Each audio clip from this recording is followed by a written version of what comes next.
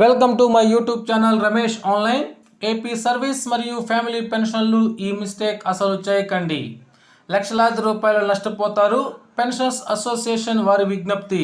అదేంటో ఒకసారి ఈ వీడియోలో చూసేద్దాం.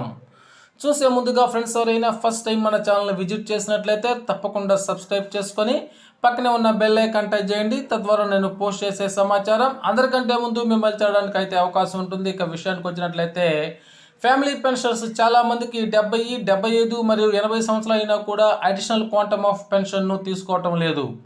వారి జీవిత కాలంలో లక్షలాది రూపాయలు నష్టపోతున్నారు. ఎందుకో ఒకసారి తెలుసుకుందాం. సర్వీస్ పెన్షన్ కాలం చేసే నాటికి అనగా వారు మరణించే నాటికి చాలామంది ఫ్యామిలీ పెన్షన్స్కి వయసు 70 సంవత్సరాలు, 75 సంవత్సరాలు మరియు 80 సంవత్సరాలు నిండి ఉంటున్నారు. వీరిలో చాలామంది పుట్టిన తేదీ సమస్య వలన అడిషనల్ క్వాంటమ్ ఆఫ్ పెన్షన్ తీసుకోవటం లేదు. అదనపు పెన్షన్ వస్తుందనే విషయం కూడా తెలియని వాళ్ళు చాలామంది ఉన్నారు.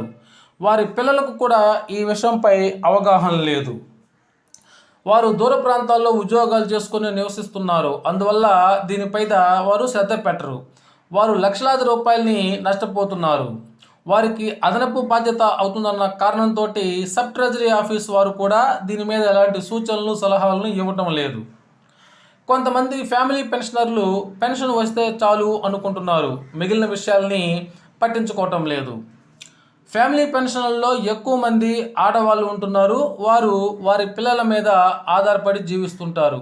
వీరిలో 80% మంది ఫ్యామిలీ పెన్షనర్లు 2010కి ముందు ఉన్నవారు. అప్పట్లో వారికి ఆధార్ కార్డు అందుబాటులో లేదు. అందువల్ల పెన్షన్ ప్రపోజల్స్ని పంపించేటప్పుడు డేట్ ఆఫ్ బర్త్ స్థానంలో ఖాళీగా ఉంచి పంపించేవారు. ఈ కారణం చేత పీపీఓలో డేట్ ఆఫ్ బర్త్ నమోదు కాలేదు. సబ్ ట్రెజరీ వారు ఫ్యామిలీ పెన్షన్ మంజూరు చేసేటప్పుడు పుట్టిన తేదీ నమోదు కొరకు 2010లో ఇచ్చిన జీవో ప్రకారం వీరి దగ్గర నుంచి ఆధార్ కార్డు మరియు పాన్ కార్డు తీసుకొని పుట్టిన తేదీ నమోదు చేయాలి. కానీ అలా చేయటం లేదు. కొంతమంది ఫ్యామిలీ పెన్షన్లు ఇవి రెండు వేరువేరుగా ఉన్నాయి, వీటిని మార్చుకోమని చెప్తున్నారు. అయినా కూడా వారు మార్చుకోవటం లేదు. సర్వీస్ పెన్షన్లు స్పౌజ్ యొక్క పుట్టిన తేదీ నమోదు కాకపోతే నమోదు చేయించడానికి ప్రయత్నం చేయాలి. అలాగే ఫ్యామిలీ పెన్షన్స్కు పుట్టిన తేదీ నమోదు కాకపోతే వారి పిల్లలు ప్రయత్నం చేసి నమోదు చేయించాలి. తద్వారా అడిషనల్ క్వాంటమ్ ఆఫ్ పెన్షన్ పొందడానికి అవకాశం ఏర్పడుతుంది. ఈ విషయంలో స్థానిక పెన్షనర్ల సంఘాల సహాయం తీసుకోవాలి.